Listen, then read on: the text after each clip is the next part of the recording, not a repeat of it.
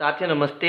आज हम प्रश्नावली 7.3 के प्रश्न करेंगे और इससे पहले के जितने भी वीडियोस हैं यानी चैप्टर 1 से लगाकर चैप्टर 6 तक के कंप्लीट वीडियोस वो सारे मैंने प्लेलिस्ट में डाल दिए हैं। तो आप प्लेलिस्ट में जाओ और सारे वीडियोस जो है आराम से देखो।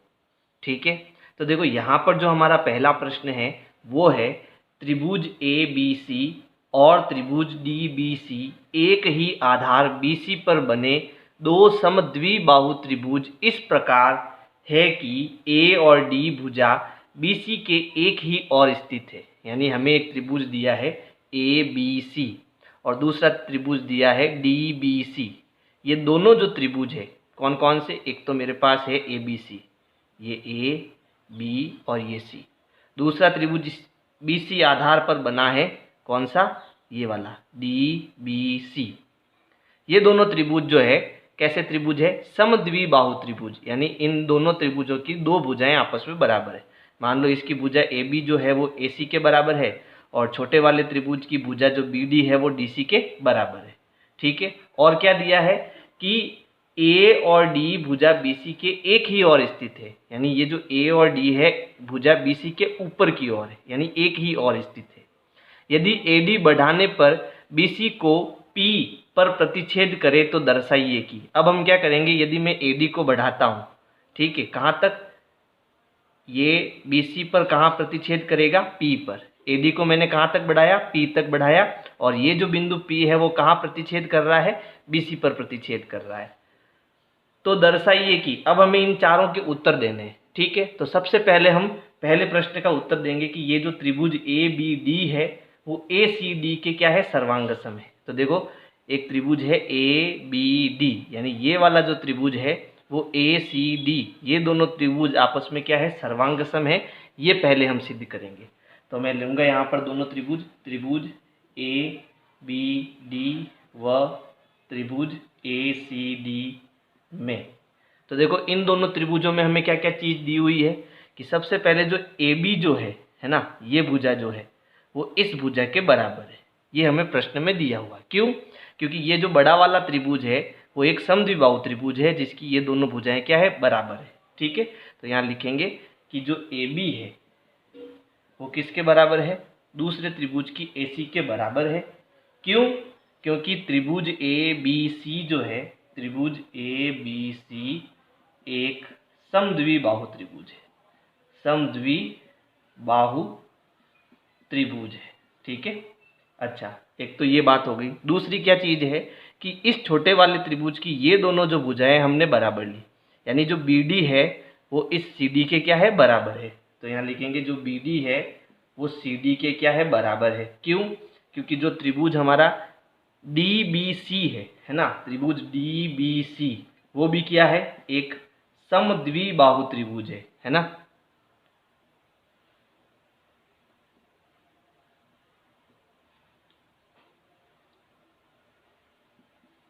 समद्विबाहु त्रिभुज है।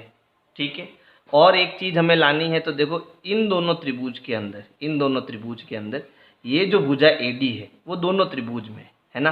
तो यहाँ मैं लिख सकता हूँ AD जो है वो AD के बराबर है। यानी इस त्रिभुज की जो AD है और इस त्रिभुज को जो AD है वो दोनों बराबर होगी, क्योंकि ये दोनों में है उभयनिष्ठ है ना, उभयनिष्ठ है। अच्छा, तो देखो इस त्रिभुज में ये क्या है, भुजा, ये भी क्या है, भुजा, और ये भी क्या है, भुजा। यानी पहले त्रिभुज की जो सभी भुजाएं हैं वो दूसरे त्रिभुज की संगत भुजाओं के क्या है, बराबर है ना। तो मैं ये कह सकता हूँ कि जो त्रिभुज आपका ABD है वो सर्वांगसम है त्रिभुज ACD के। क्यों? क्योंकि SSS नियम से है ना, SSS नियम से मैं ये कह सकता हूँ कि ये दोनों जो त्रिभुज है आपस में क्या है, सर्वांगसम। अब देखो जब ये दोनों में त्रिभुज आपस में सर्वांगसम कर रहा हूँ, पहले तो हमने प्रश्न का उत्तर दे दिया, लेकिन क्योंकि बात आ रही है इन दोनों त्रिभुजों की है ना, तो इन दोनों त्रिभुजों में ये एक कोण नंबर 1 और कोण नंबर 2 ले रहा हूँ, और ये दोनों कोण आपस में क्या कर रहा हूँ, बराबर कर रहा हूँ। क्यों बराबर कर रहा हूँ, तो इसको हम आगे समझेंगे। और ये बराबर क्यों होंगे, CP/CT से बराबर होंगे है ना, क्योंकि हम जानते हैं कि जब दो त्रिभुज आपस में सर्वांगसम होते हैं तो इनके जो संगत भाग होते हैं वो आपस में बराबर होते हैं। और इसको मैं देता हूँ समीकरण नंबर 1। ठीक है, अब देखो जो दूसरा है सेकंड, वो है त्रिभुज ए बी पी जो है वो ए सी पी के सर्वांग सम करना है। यानी ये त्रिभुज ए बी पी जो है वो ए सी पी के सर्वांग सम करना है। ठीक है, अब मैं दूसरा नंबर ले रहा हूँ आपके। तो प्रश्न 2 में हमें दो त्रिभुज दिए हैं, एक तो है ए बी पी, त्रिभुज ए बी पी व त्रिभुज ए सी पी में। अब देखो इन दोनों त्रिभुज में हमें क्या क्या चीजें बराबर दी हुई। तो सबसे पहले देखो ए बी जो है वो ए सी के बराबर है ना। ये भुजा ए बी जो है वो दूसरे त्रिभुज ए सी के क्या होगी, बराबर होगी। ए बी जो है वो ए सी के बराबर है। क्यों बराबर है? क्योंकि त्रिभुज ए बी सी एक समद्विबाहु त्रिभुज है ना। ये हमारा कारण हो गया। अब देखो इस त्रिभुज में और क्या बराबर है, ये जो भुजा एपी है वो दोनों त्रिभुज के अंदर आ रही है ना। इस त्रिभुज में भी आ रही है और इस त्रिभुज में भी आ रही है ना। तो हम लिख सकते हैं कि एपी जो है वो एपी के बराबर है, क्योंकि ये क्या है, उभयनिष्ठ है, दोनों में है। अच्छा, अब देखो मैंने जब इन दोनों त्रिभुजों को कौन ए बी डी और ए सी डी को सर्वांग सम किया था तो कोण 1 को कोण 2 के बराबर किया था, है ना। तो यहाँ पर मैंने क्या त्रिभुज लिया, ए बी पी और ए सी पी। इन दोनों त्रिभुज में भी कोण 1 और 2 आ रहा है ना। तो मैं यहाँ लिख सकता हूँ कोण 1 जो है वो कोण 2 के बराबर है। ये जो है मैंने समीकरण 1 से सिद्ध किया था, है ना। समीकरण 1 से मैंने इसको क्या किया था, सिद्ध किया था। तो अब यहाँ किस नियम से ये सर्वांग सम है दोनों त्रिभुज, देखो तो ये यहाँ पर हमारी हो गई भुजा, ये भुजा हो गई, ये भी भुजा हो गई और ये कोण हो गया, है ना। तो ऐसे एस नियम से मैं ये कह सकता हूँ कि ये जो त्रिभुज आपका ए बी पी है, त्रिभुज ए बी पी जो है वो सर्वांग सम है त्रिभुज ए सी पी के, है ना। किस नियम से, एस ए एस नियम से।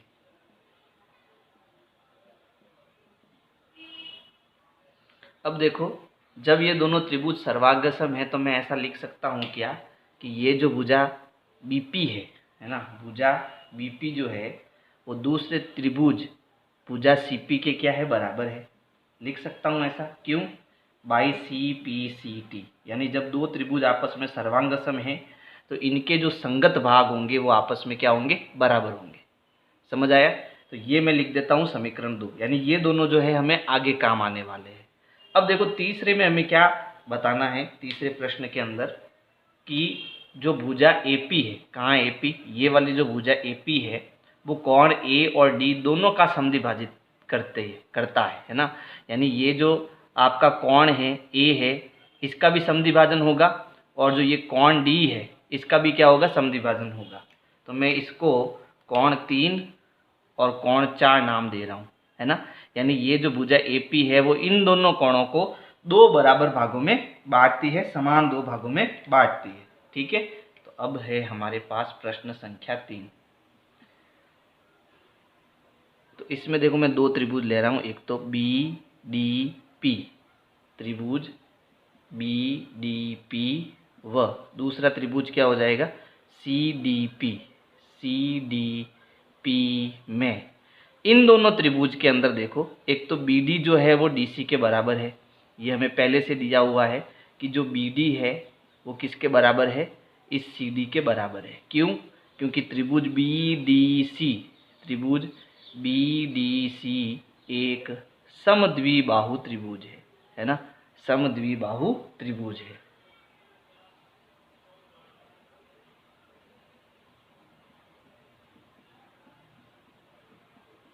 अच्छा, तो एक तो ये भुजा बराबर हो गई। दूसरी चीज़ देखो अभी मैंने बीपी को जो है सीपी के बराबर किया, है ना। तो यहाँ लिख सकता हूँ कि जो भुजा बीपी है वो सीपी के क्या है, बराबर है। कहाँ से, समीकरण 2 से, समीकरण 2 से।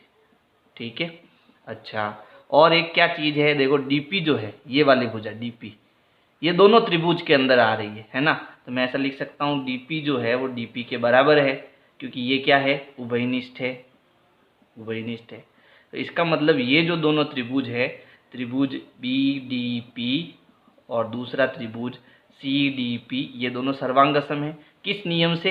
देखो भुजा, ये भुजा और ये भुजा, तीन भुजाएं बराबर है, तो S नियम से, है ना, मैं ये कह सकता हूं कि दोनों त्रिभुज क्या है? सर्वांगसम है। अब देखो हमें क्या बताना था? हमें ये बताना था कि कोण 1 जो है वो 2 के बराबर है, 3 और 4 आपस में बराबर है ना, क्योंकि ये जो भुजा AD है वो इन दोनों कोणों को समान दो भागों में बांटती है ना।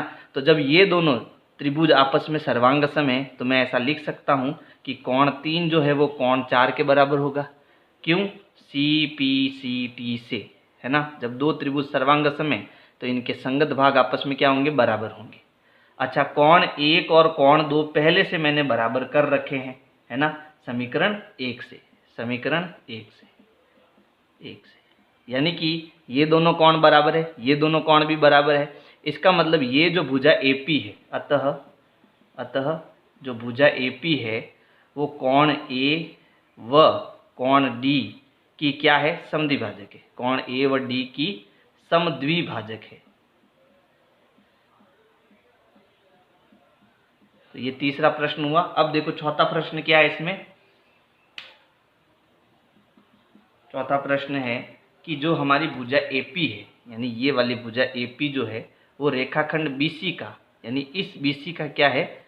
लंब समद्विभाजक, यानी ये दोनों तरफ 90 डिग्री का कोण बनाती है और साथ में इन दोनों भुजाओं को दो बराबर भागों में भी बांटती है। तो यहाँ पर जो ये कोण है इसको मैं कोण नंबर 5 ले लेता हूँ और इसको मैं कोण नंबर 6 ले लेता हूँ। ठीक है, तो यहाँ हम क्या करेंगे? 5 और 6 को 90 डिग्री लाने की कोशिश करेंगे कि ये दोनों 90 डिग्री है, और BP और PC जो है वो आपस में बराबर है। ये हमने समीकरण 2 में निकाल दिया था, है ना। तो हमें क्या करना है? इन दोनों को जो है 90 डिग्री लाना है ना। तो मैं क्या ऐसा लिख सकता हूँ क्या कि कोण 5 प्लस कोण 6 इन दोनों का योग 180 डिग्री होगा, है ना। क्योंकि हम जानते हैं कि जब किसी रेखा पर एक किरण खड़ी होती है तो ये जो आसन्न कोण होते हैं इनका योग कितना होता है? 180 डिग्री। इसे हम रेखिक युग्म कहते हैं, है ना, रेखिक युग्म अभिग्रहित से। अच्छा, अब देखो क्या कोण 5 और कोण 6 आपस में बराबर है क्या? कोण 5 और 6 आपस में बराबर है। क्यों? क्योंकि जब हमने त्रिभुज BDP और CPCDP को आपस में क्या किया था? सर्वांगसम किया था। तो इस केस में हम कह सकते हैं कि कोण 5 और कोण 6 आपस में क्या होंगे? बराबर होंगे, है ना, क्योंकि दोनों त्रिभुज सर्वांगसम है। तो यहाँ इसका कारण लिखेंगे क्योंकि त्रिभुज जो BDP है वो त्रिभुज CDP के सर्वांगसम है, CDP के सर्वांगसम है ना। तो जब 5 और 6 बराबर है तो यहाँ कोण 5 की जगह मैं क्या लिख सकता हूँ? 6 लिख सकता हूँ, और कोण 6 की जगह क्या लिख सकता हूँ? कोण 5 लिख सकता हूँ, क्योंकि दोनों बराबर है। तो अब देखो मैं क्या कर रहा हूँ, यहाँ पर ये आप पहले लिख देना, है ना। इस लाइन को जो है बाद में लिखना, इसको पहले लिख देना, और ऐसे करोगे तो अभी चलेगा, कोई दिक्कत नहीं। तो कोण 5 को मैं 5 रख रहा हूँ, कोण 6 की जगह मैं कोण 5 लिख सकता हूँ, क्योंकि दोनों आपस में बराबर है ना। बराबर कितना हो जाएगा? 180 डिग्री। ये दोनों जुड़ेंगे तो ये हो जाएगा 2 कोण 5 बराबर 180 डिग्री। अच्छा, ये गुणे में है, नीचे जाएगा तो ये कितना हो जाएगा? देखो ये हो जाएगा कोण 5 बराबर 180/2, भाग देंगे तो कितना आएगा? कोण 5 जो है हमारा कितना आएगा? 90 डिग्री आएगा। अब देखो कोण 5 90 डिग्री है तो कोण 6 भी हमारा क्या होगा? 90 डिग्री। क्यों? क्योंकि कोण 5 और 6 आपस में क्या है? बराबर। ठीक है, अब देखो इन दोनों कोणों को मैं 90 डिग्री लेके आ गया, और पहले से जो है BP किसके बराबर है? CP के बराबर है ना। कहाँ से आया ये? समीकरण 2 से हम जानते हैं। जब ये दोनों कोण 90 के हैं और ये भुजा इसके बराबर है तो मैं यहाँ लिख सकता हूँ, है ना। अब हम यहाँ लिख सकते हैं अतः AP जो है, AP रेखाखंड BC की लंब समद्विभाजक है। तो इस प्रकार से जो आपको है प्रश्न संख्या 1 करना है। प्रश्न बड़ा है लेकिन बहुत आसान है। अगर समझ में नहीं आया तो एक बार वापस पीछे करके प्रश्न को समझो, है ना। प्रश्न 2 है, AD एक समद्विबाहु त्रिभुज ABC का शीर्ष लंब है। यानी हमें एक त्रिभुज दिया है ABC, ठीक है, ये है A, B और C, और जो ये AD है वो इस त्रिभुज पर क्या है, एक शीर्ष लंब है। किस पर? BC पर, ठीक है। शीर्ष लंब का मतलब होता है कि ये जो भुजा है वो यहाँ पर 90-90 डिग्री का कोण बनाएगी, इसे हम शीर्ष लंब बोलते हैं, ठीक है। जिसमें AB बराबर AC, यानी इस त्रिभुज की जो दो भुजाएं बराबर है वो कौन सी है? AB AC के बराबर है। दर्शाइए कि AD रेखाखंड BC को समद्विभाजित करता है। अब हमें बताना है कि ये जो भुजा आपकी AD है ना, AD, ये इन दोनों भुजाओं को दो बराबर भागों में बांटती है, समद्विभाजित करती है ना। तो ये भुजा जो है वो इस त्रिभुज में आ रही है और ये भुजा इस त्रिभुज में आ रही है। तो हम यहाँ क्या करेंगे, दो त्रिभुज लेंगे। यहाँ पर पहला त्रिभुज लेंगे ABD त्रिभुज ABD, व दूसरा त्रिभुज देखो क्या हो जाएगा, ACD त्रिभुज ACD में। अब देखो इन दोनों त्रिभुज में हमें क्या क्या चीज़ें दी है कि जो भुजा AB है वो AC के बराबर है, AB जो है वो AC के बराबर है। अब देखो AB इस त्रिभुज में आ रही है जबकि AC दूसरे वाले त्रिभुज में आ रही है, लेकिन ये दोनों बराबर क्यों है? क्योंकि हमें दिया है त्रिभुज ABC जो है वो एक समद्विबाहु त्रिभुज है ना, समद्विबाहु त्रिभुज है। अच्छा, एक तो ये चीज़ हमें दी हुई है। एक ये देखो कोण 1 और 2 ये आपस में बराबर है, क्योंकि ये जो AD है वो क्या है, शीर्ष लंब है ना। तो यहाँ लिख सकते हैं कोण 1 बराबर कोण 2, क्योंकि ये दोनों क्या है, समकोण है, समकोण है। क्योंकि हमें दिया है कि जो AD है वो इस BC पर क्या है, शीर्ष लंब है। अच्छा, और हमें क्या दिया, और हमें दिया है कि ये जो भुजा AD है वो दोनों त्रिभुज के लिए कॉमन है। तो यहाँ लिख सकते हैं कि जो भुजा AD है वो दूसरे त्रिभुज की भुजा AD के बराबर है, क्योंकि ये क्या है, उभयनिष्ठ है, उभयनिष्ठ, ठीक है। अच्छा, अब देखो कौन से नियम से सर्वांगसम हो रहे त्रिभुज। तो यहाँ देखो ये 90 डिग्री का त्रिभुज है और यहाँ पर ये हमारा क्या हो गया, कर्ण हो गया। यहाँ पर भी ये 90 डिग्री है और ये क्या हो गया, कर्ण हो गया, है ना। अच्छा, 90 डिग्री को हम क्या बोलते हैं, रेक्टेंगल यानी कि R। कर्ण को क्या बोलते हैं, हाइपोटेनिस यानी कि H, है ना। और एक भुजा हमने बराबर की कौन सी, AD, तो इसे हम कहेंगे S। तो यहाँ पर जो है त्रिभुज ABD सर्वांगसम है त्रिभुज ACD के कौन से नियम से, RHS नियम से, ठीक है। अब जब दोनों त्रिभुज आपस में सर्वांगसम है तो मैं ये कह सकता हूँ कि जो भुजा BD है, भुजा BD जो है वो बराबर होगी भुजा CD के। क्यों? क्योंकि CPCT, है ना। जब दो त्रिभुज सर्वांगसम होते हैं तो उनके संगत भाग आपस में क्या होते हैं, बराबर होते हैं। अब दूसरी चीज़ हमें ये प्रूफ करनी है कि जो AD कोण A को समद्विभाजित करता है, यानी ये जो भुजा AD है वो इस कोण A का समद्विभाजन करता है, यानी समान दो भागों में बांटता है। तो इसको मैं कोण नंबर 3 लेता हूँ और इसको 4 लेता हूँ। अब देखो मैं ऐसा लिख सकता हूँ कि जो कोण 3 है वो कोण 4 के बराबर होगा। क्यों? क्योंकि ये दोनों त्रिभुज हमें ऑलरेडी जो है सर्वांगसम कर चुके हैं, और दोनों को सर्वांगसम कर चुके हैं तो हम यहाँ लिख सकते हैं कि 3 और 4 बराबर क्यों होंगे, CPCT से। तो ये हमारे दूसरे प्रश्न का उत्तर हो जाएगा, ठीक है। तो दूसरे प्रश्न का केवल इतना ही उत्तर है और प्रश्न भी सरल है। प्रश्न संख्या 3 है, एक त्रिभुज ABC की दो भुजाएं AB और BC तथा माध्य का AM, यानी एक त्रिभुज है हमारे पास ABC, एक तो भुजा हमें लेनी AB, दूसरी भुजा हमें लेनी है BC, पूरी भुजा है ना, ये वाली भुजा पूरी, और इसकी माध्य का AM यानी ये वाली माध्य का, ठीक है। ये तीनों चीज़ें हमें लेनी है। क्रमशः एक दूसरे त्रिभुज PQR की भुजाओं और दूसरा जो त्रिभुज है इसकी भुजाओं PQ और QR तथा माध्य का PN, यानी क्रमशः, है ना। यानी जो ये AB है वो इस PQ के बराबर है, और जो ये BC है वो इस QR के बराबर है, और जो ये माध्य का AM है वो इस माध्य का AN के क्या है, बराबर हमें दे रखी है प्रश्न के अंदर, ठीक है।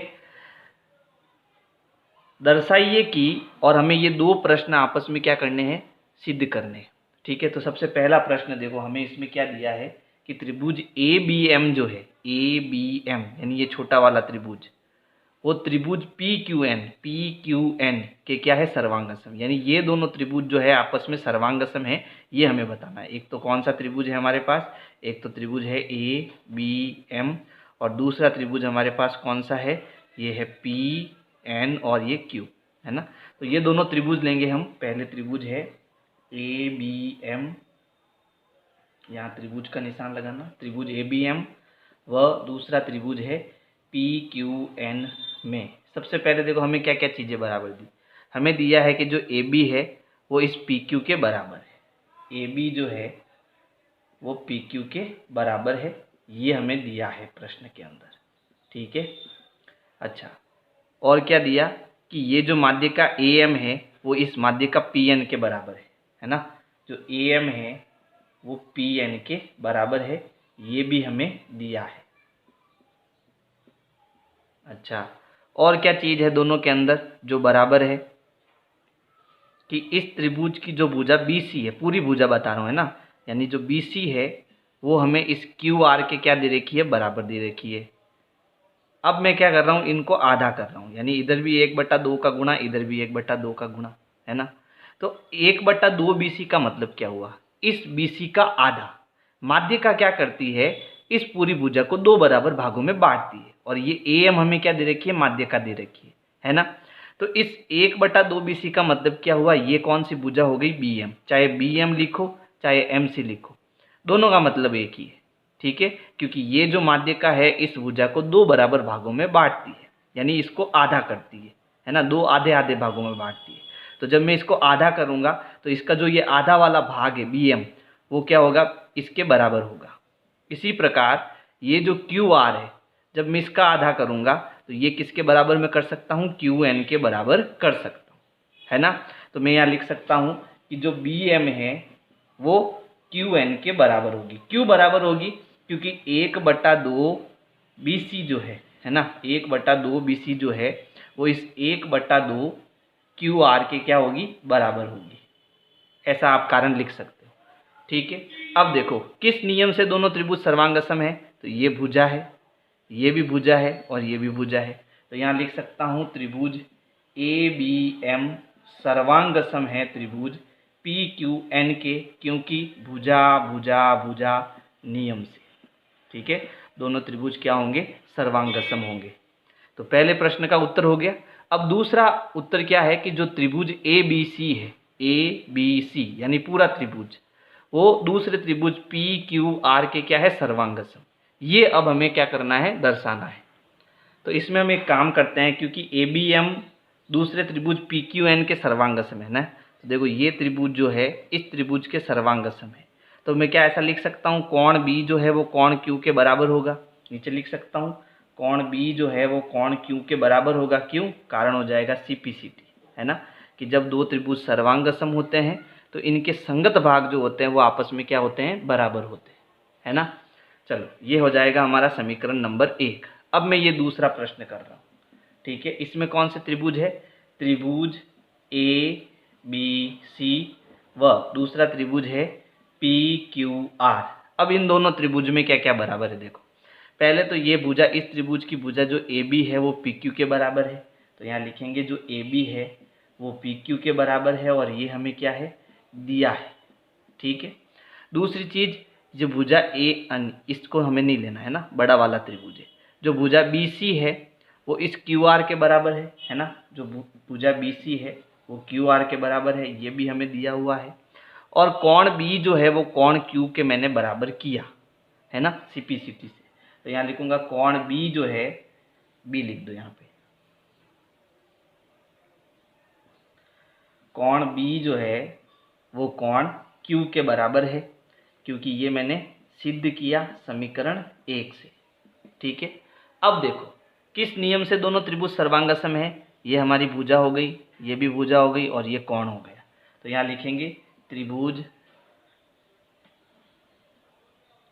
ABC सर्वांगसम है त्रिभुज PQR के, क्या कारण है, SAS नियम से, ठीक है। यानी इस नियम से दोनों त्रिभुज आपस में क्या है, सर्वांगसम है। प्रश्न 4 है BE और CF एक त्रिभुज ABC के दो बराबर शीर्ष लंब है। यानी हमें एक त्रिभुज दिया है ABC और इस त्रिभुज के अंदर दो शीर्ष लंब है। पहला क्या है BE। अब शीर्ष लंब क्या होता है कि ये जो शीर्ष B है इससे हमने एक लंब खींचा, यानी एक 90 डिग्री वाली भुजा खींची। किस पर? AC पर। तो ये हो गया हमारा BE शीर्ष लंब। और दूसरा शीर्ष लंब है CF, यानी इस शीर्ष C से हमने एक भुजा इस प्रकार खींची है इस AB पर कि ये 90 डिग्री का कोण बना रहा है ना। और ये क्या हो गया? CF हो गया। RHS सर्वांग समता नियम का प्रयोग करके सिद्ध कीजिए कि त्रिभुज ABC एक समद्विबाहु त्रिभुज है। यानी हमें इस नियम का प्रयोग करना है RHS का, और इससे हमें सिद्ध करना है कि ये जो त्रिभुज है ABC वो एक समद्विबाहु त्रिभुज है, यानी इसकी दो भुजाएं आपस में बराबर है। अब देखो यहाँ हमें सिद्ध करना है, तो सबसे पहले देखो हमें क्या क्या दिया है। हमें दिया है कि जो आपकी BE है वो CF के बराबर है ना। इस त्रिभुज की जो आपकी भुजा ये BE है वो CF के बराबर है, क्योंकि ये दोनों क्या है? शीर्ष लंब है। ठीक है। अच्छा, हमें सिद्ध क्या करना है? सिद्ध करना है कि ये जो त्रिभुज ABC है, ABC एक समद्विबाहु त्रिभुज है। समद्विबाहु त्रिभुज है, ये हमें सिद्ध करना है। ठीक है, चलो अब इसको सिद्ध करते हैं। तो उपपत्ति, इसमें मैं दो त्रिभुज ले रहा हूँ। एक तो त्रिभुज ले रहा हूँ BEC, ध्यान से समझना। एक मैं त्रिभुज ले रहा हूँ BE और C। दूसरा त्रिभुज ले रहा हूँ CFB, है ना। दूसरा त्रिभुज कौन सा हो जाएगा? ये वाला हो जाएगा CFB। ठीक है। अब इन दोनों त्रिभुजों को अगर मैं सर्वांग सम करता हूँ तो देखो इसमें भी कोण B है, इसमें भी कोण B है, इसमें भी कोण C है और इसमें भी कोण C है। तो अगर इस त्रिभुज के कोण B और C को मैं बराबर कर देता हूँ तो इन दोनों भुजाओं को भी मैं बराबर कर सकता हूँ, है ना। तो इसके लिए पहले मैं इन दोनों त्रिभुजों को क्या करूँगा? सर्वांग सम करूँगा। तो मेरा एक त्रिभुज तो हो गया BEC, त्रिभुज BEC व दूसरा त्रिभुज क्या हो गया? CFB, CFB में। अब देखो इन दोनों त्रिभुज के अंदर एक तो हमें दिया है कि जो भुजा BE है वो CF के बराबर है, ये हमें दिया हुआ है ना। अच्छा, और क्या है इसके अंदर?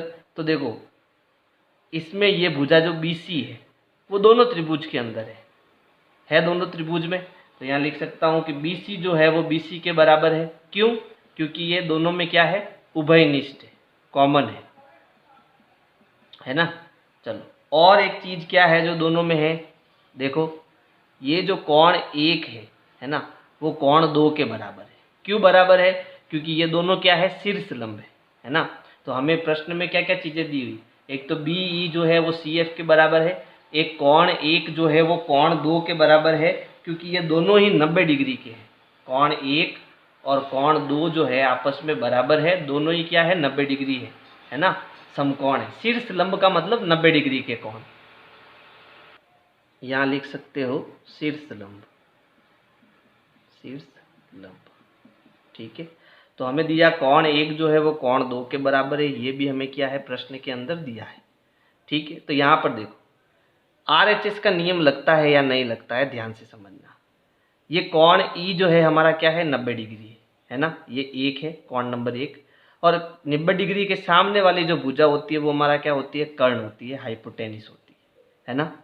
अच्छा, इसमें एक रेक्टेंगल भी है, यानी ये जो कोण है वो हमारा कितना है? 90 डिग्री का, यानी इसे हम क्या कहेंगे? रेक्टेंगल कहेंगे। और इसकी एक भुजा हमारी कौन सी है? ये जो BE है वो इस CF के बराबर है ना। और इन दोनों में क्या है? RHS का नियम लग रहा है। तो यहाँ लिख सकते हैं अपन कि जो त्रिभुज BEC है ना, BEC वो सर्वांग सम है। त्रिभुज BEC सर्वांग सम है त्रिभुज CFB के। ठीक है। किस नियम से है दोनों?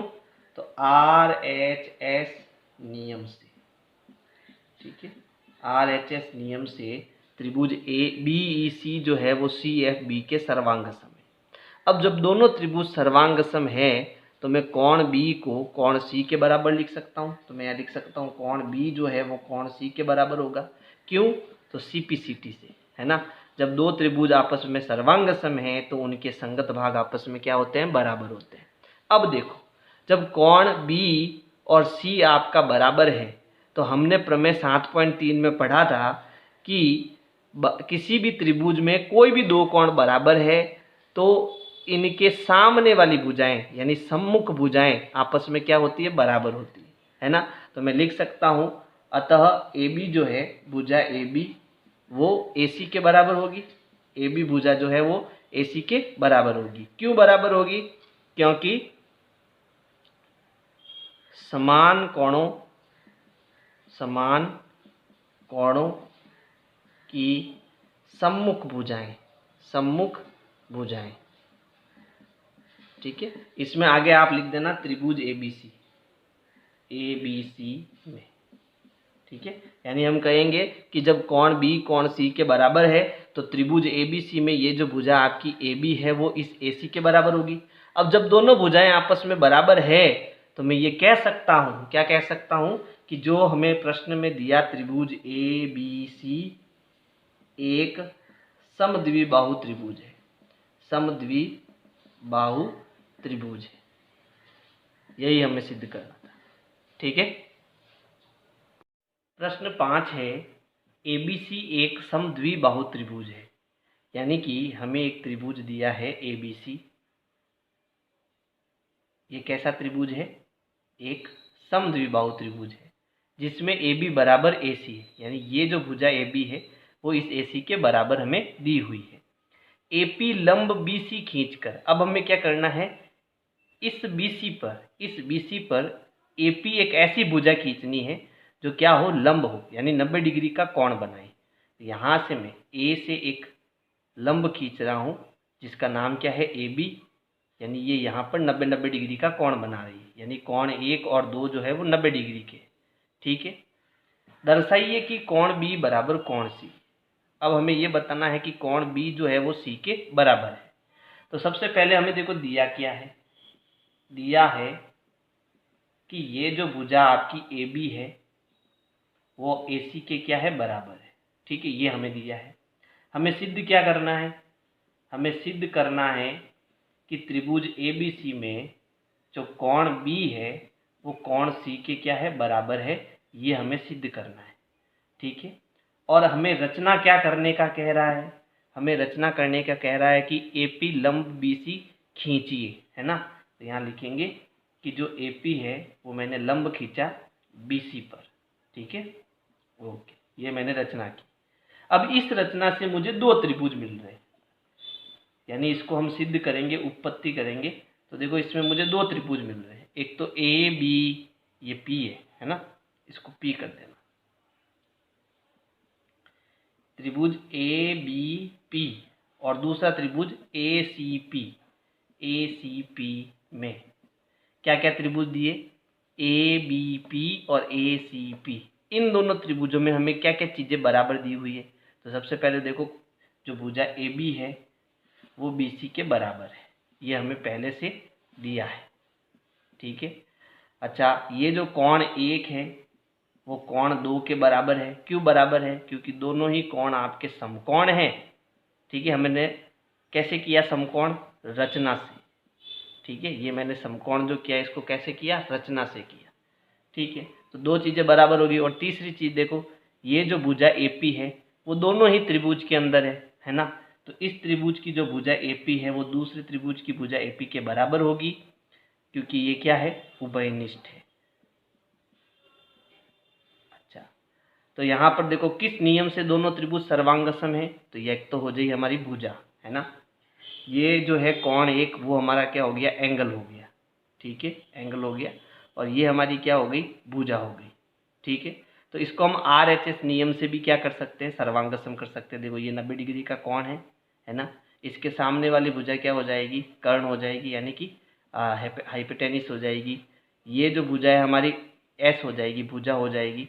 और ये हमारा रेक्टेंगल हो जाएगा। तो यहाँ लिख सकते हैं RHS नियम से मैं ये कह सकता हूँ कि जो त्रिभुज ABP है वो सर्वांग सम है त्रिभुज ACP के।